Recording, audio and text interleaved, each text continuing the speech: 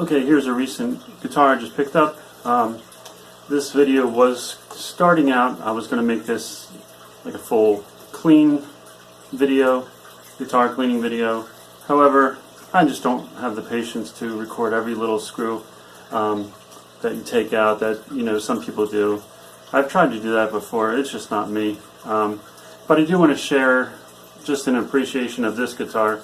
I just want to share this, what I got done to it. This guitar was a Facebook Marketplace find. It was listed for $125 with case. I offered the guy $100, and I said I don't need the case. I'm kind of glad I didn't take the case, because if the case was in the shape that this guitar was in, I'm glad I didn't take it, because, you know, all that fur in there and stuff, it was probably pretty nasty. Nothing against the guy. He was a nice enough guy, and maybe he bought it this way, but when I got this guitar I was prepared to just leave it as it is, play it, put new strings on it. However, it was dirty and sticky, and I think you could see that. And what I got here is a beautiful 2002 Squire Telecaster. Not that it matters to me, but it says 20th anniversary on the, you know, neck plate there. It's chipped. It's scratched. It's got cracks in the paint, a couple of them there anyway. And I did, confession here, I know that this type of paint's not supposed to crack like the old type, but I still put it in my freezer and I tried this, pulled it out after 8 hours to see if it would crack. Nothing. I put a hairdryer on it. After I pulled it out, nothing. No extra cracks. I just wanted to see what would happen to it. I'm glad it didn't crack because I like it the way it is. So this video is kind of just, I'm just describing this guitar. I cleaned it up. The major thing that I did was get the gunk off of it and get that ink that was on it with that weird drawing. I don't know what that was. But I discovered long ago that rubbing alcohol takes ink and Sharpie off. And I found that out because I was buying a lot of Lego for my kids, and sometimes kids would draw on them with Sharpies.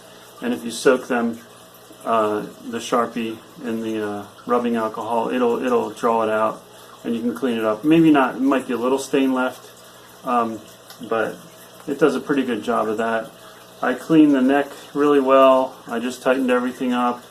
The pickup on the inside was sticky also.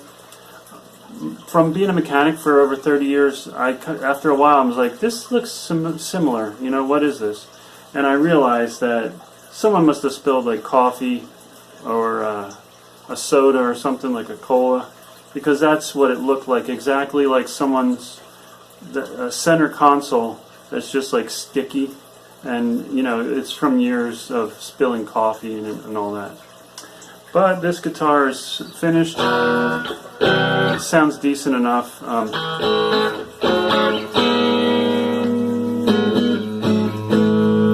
It's all stock. Completely stock, and I'm going to leave it that way.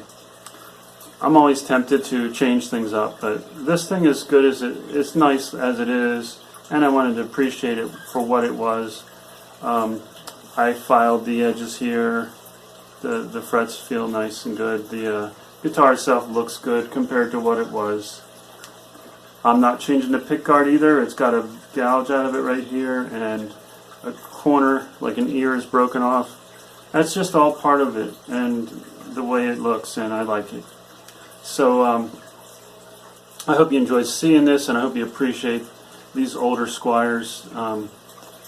They're probably getting scarce because people, you know, like this one, they weren't really appreciated. But when you clean it up, get that layer of filth off of it, you got a pretty decent little vintage kind of guitar.